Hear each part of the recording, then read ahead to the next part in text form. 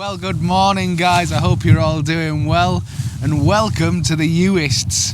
So I've just got back from a trip to Italy, literally about 2 or 3 days ago. We got back from our first workshop in Abruzzo, which was absolutely fantastic, and we got some stunning conditions, and yeah, I couldn't have asked for more for that first workshop. We had a great bunch of guys, and the conditions we had about 2 or 3 days which were just absolutely superb. So yeah, that was absolutely fantastic. So looking forward to the next one next year. I'll leave a link for that workshop in the description below. But moving on to the Uists today, we've come out here today to come and kind of scout the area for a future workshop as well, but also to re-explore the area, because for those of you who don't know me that well, way back when I was about 6 or 7 years old, I actually lived out here for a couple of years, and it's just so fantastic to come back to this area and re-explore it. I was actually based on the middle of the island, which is Benbecula, so we've got North Uist, South Uist, and Benbecula's in the middle. I lived on Benbecula, so we've kind of re-explored that while we were here. I'm here with Dean Allen, and he's gone off to explore another beach further across. We'll meet up with him later. I'm going to head across in this direction and head back towards the coastline here, because we explored this area a little last night, and as you can probably make out behind me, way off in the distance, that's actually Harris and Lewis in the distance there, in the Harris Hills beyond. And this beach is called West Beach, and it's an absolutely fantastic beach which has views overlooking Harris and Lewis that direction. So this is why I wanted to come here, because it's an entirely new area to explore. It's got similar characteristics as Harris and Lewis, although it's not quite as rugged. It's got a softer feel to it. It's more spread out, and there's more lochs and little areas like that to explore. But yeah, we're going to head over that way now, and I'll get you onto the beach side and kind of walk you through what we're looking at over there.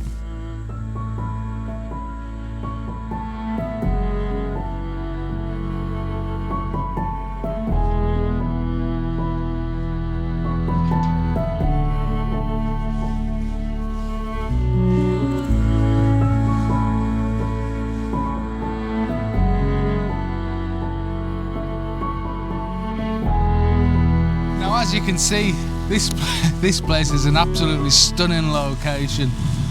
It just goes on for miles. You've got a beach that literally goes way out there, and as you can see, there's not a soul here. Nobody, literally nobody here at all. There's no footprints on the beach. It's not been disturbed. It's just absolutely beautiful. So I was talking to you a bit about the fact that I'd come back here after being a kid. And the reason I was here is I was a forces child, so my dad used to work on the RAF base, which was on Benbecula, servicing radars and the whole airport system that was there. So that's why I was here. I was here for 2 years, and probably thinking back, probably some of my happiest memories come from here, even though I was only 6, 7 years old. As I've come back here, it's all kind of come flooding back, and it's just an absolutely beautiful location. And probably this is the reason why. It's just so vast and so empty. There's literally no one here other than me to enjoy this morning. It's just an absolutely spectacular scene. And I think for me as a photographer, for me as a landscape photographer, this is something that I'm trying to find more and more these days. Likes of just coming back from Abruzzo, for example, there's very few photographers know about it, very few photographers go there, and that's what really attracted to me to it, is that I wanted to go and see something with fresh eyes, not see a whole load of photographs from an area, and go and explore an area for myself, and try and come up with something new as far as my work's concerned. And again, obviously Harris and Lewis, it's more well known now, although it's not flooded like Skye and places like that. But this is why we came to the Uist. It's a new area. It's not somewhere you see a whole load of images from. It's a new place to discover, although you can probably see behind me here a similarity between here, West Beach, and Luscantire on Harris. it's got a similar sort of outlook. You've got that sweeping arc of a beach, and then you've got the mountains of Harris and Lewis in the background there. But what you haven't got is a whole load of people, because it's just, as I say, deserted. So I've got free rein to go and explore this morning, find new compositions, find new areas to photograph, and hopefully come up with something that's truly mine. So what I'm going to do is I'm going to get down. I was up here shooting last night, taking a few images from this vantage point, but I think I want to try getting down, probably where those rocks are down there, down onto the beach and getting a more ground level view of the scene in front of me. So I'll get down there and then get you to the back of the camera and kind of walk you through what I want to get out of this shot.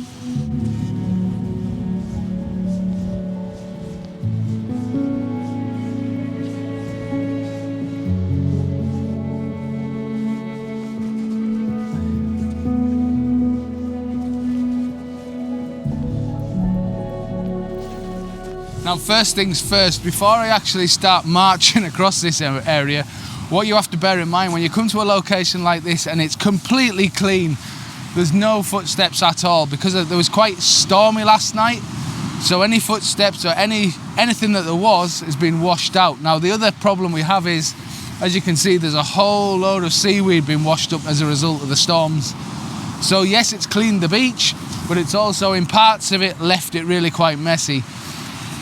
So what I have to do is basically really look at the scene and work out where I want to photograph from, because once I start walking all over this beach, I'm making it more messy, and I'm adding obviously footprints to my scene, so I can't go back and try and get a clean scene from that point. So I've really got to work out where I want to shoot from.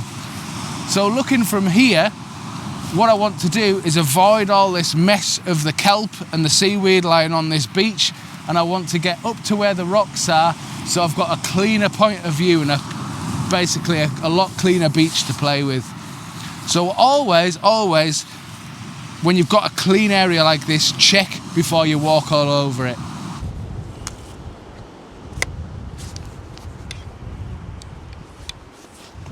Now, looking at this, I've seen a couple of shots that I really want to get. So first of all, I want to get this shot here with this sweeping beach line going all the way through. Capture that image, and probably a slow shutter speed, because I think it's a little messy seeing the arc of the waves going all the way around like that, and breakers, so I want to smooth that out a little. But on the other hand, on this side, I can see a shot just out there. You can see there's an island with a house on it and an old farmstead in, and just off there's a point out there with the waves crashing against it, so I'll get more of an energy shot there with some waves and action. But let's get this shot first with this smoother. So I think probably a 6-stop filter just to smooth the water out a little and see how that turns out. So first job is for me, I'm just going to pop a circular polarizer on here just to take a little of that sheen off the beach there. I don't want to take it all off, I just want to take a little, and just to kind of give a little bit more saturation to the sky as well, and just get rid of a little bit of the haze. A 6-stop will actually give me 4 seconds, so I'll give that a go first.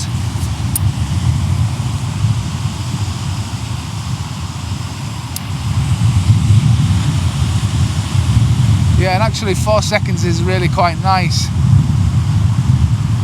It smooths it out just enough to get rid of the distraction, and also gives me a little bit of a lead-in line with the waves as well, because you've got a white band running all the way around the arc of the beach. I think that works quite well. But again, while I'm here, I'm probably going to try a 10-stop as well and get a longer exposure still. Always when I'm here, when I've got a new location especially, I try and get as many different variations of an image as I can, because obviously you're not going to get back here really soon, so I want to give myself as much to play with as possible.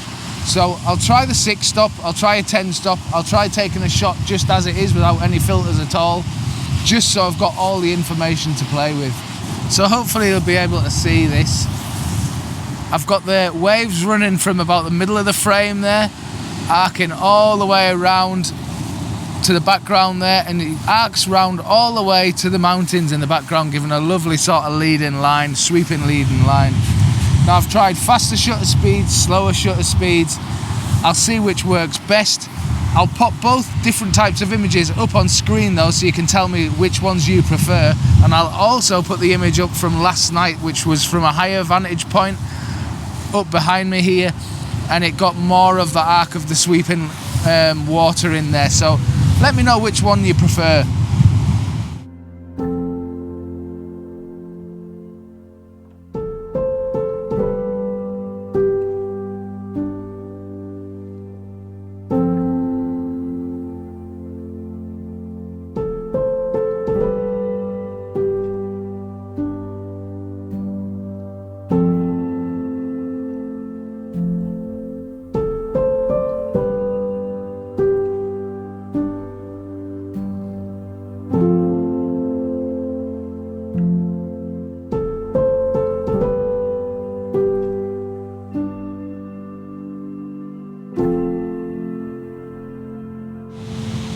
I was just about to explain something to you, and then this happened.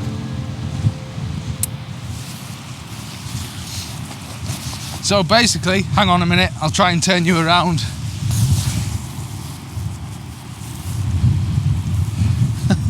You're at a funny angle now. That's happening out there. As you can see, just out there, there's a rainbow happening. Now, it's one of those situations where you're not entirely sure whether there's going to be anything to photograph or anything that's going to work. But as it happens, where I was standing, there's some lovely patterns in the rocks which were leading out to an island which was I was about to show you. But yeah, it's one of those situations where you just have to kind of react to the conditions, and that's looking absolutely beautiful at the minute.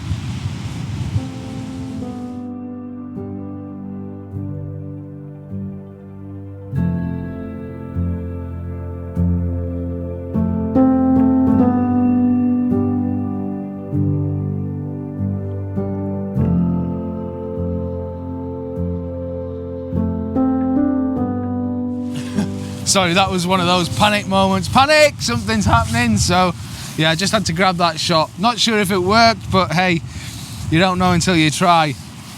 So what I was going to say was, or what I was about to say, is I've walked across to the area where I could see those waves breaking on the shore there. And unfortunately, I can't get far enough out. Because the tide's retreating more than it was before, I can't get really that far out, and the waves have stopped breaking as much as they were. Kind of unfortunate, but it's the way it is. However, I'm still liking the island that's way out there, and it's lit up at the minute. It's got some nice light on it. It's got some lovely cloud above it. So what I'm going to do again is I'm going to do long exposures again to smooth the water out, because I can't get close enough to that wave action to make it work with any sort of texture. However, what I have found is some lovely patterns in the rocks which kind of lead you out in that direction. So yeah, I'm not entirely convinced that shot's working for me.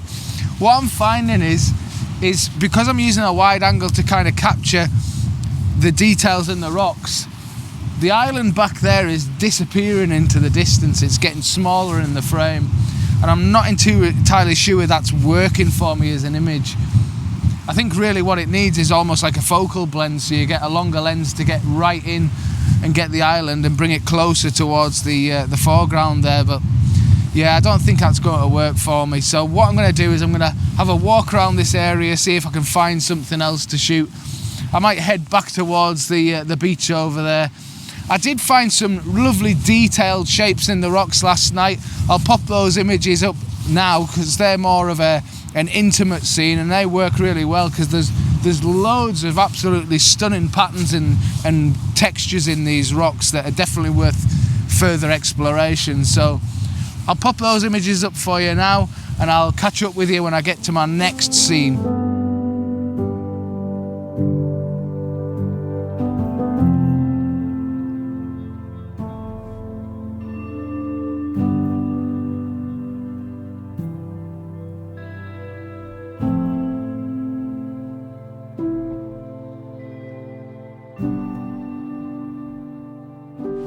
really sorry about the wind noise up here, guys. The wind's just picked up, so apologise for that. Hopefully you can see the back of the screen here, although it might be a bit of a push. Just over here you can see the islands in the sort of centre of the frame there. And then you've got all that lovely cloud and texture in the background, because it looks as though there's kind of a storm blowing through out there.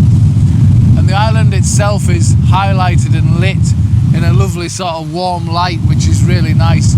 So what I've done is actually take a long exposure for the sea, because obviously I don't really like, if I can't get down and get sort of texture and detail with the waves, I don't really like all the mess that's left by the breaking waves out there. So I like to use a slower shutter speed for the water, just to smooth that out a little, because it's less distracting to my eye at least. And then take an image without any filters at all for the sky, because I love the texture and detail and I don't want those blurring out. And then obviously the island in the background, and then blend the best of both together. If that's turned out, I'll pop that up now for you.